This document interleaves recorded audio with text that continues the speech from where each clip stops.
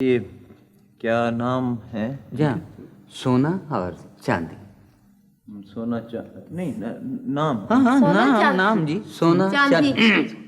चांदी। अच्छा सोना। हाँ हाँ, अच्छा अच्छा। पोपे बेटे। Yes papa.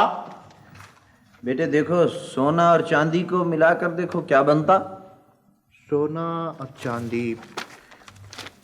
पापा, ये सोना सीन से होता है स्वाद से?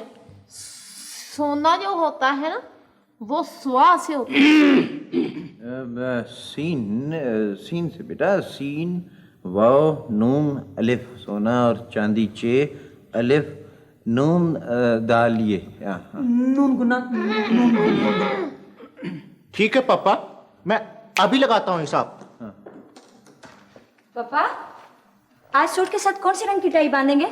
आज रंग क्या दिन है बेटा? आज जुमा है, फ्राइडे पापा। जुमा तो नीले रंग की होगी ना बेटा? ओके पापा। जुमा नीला।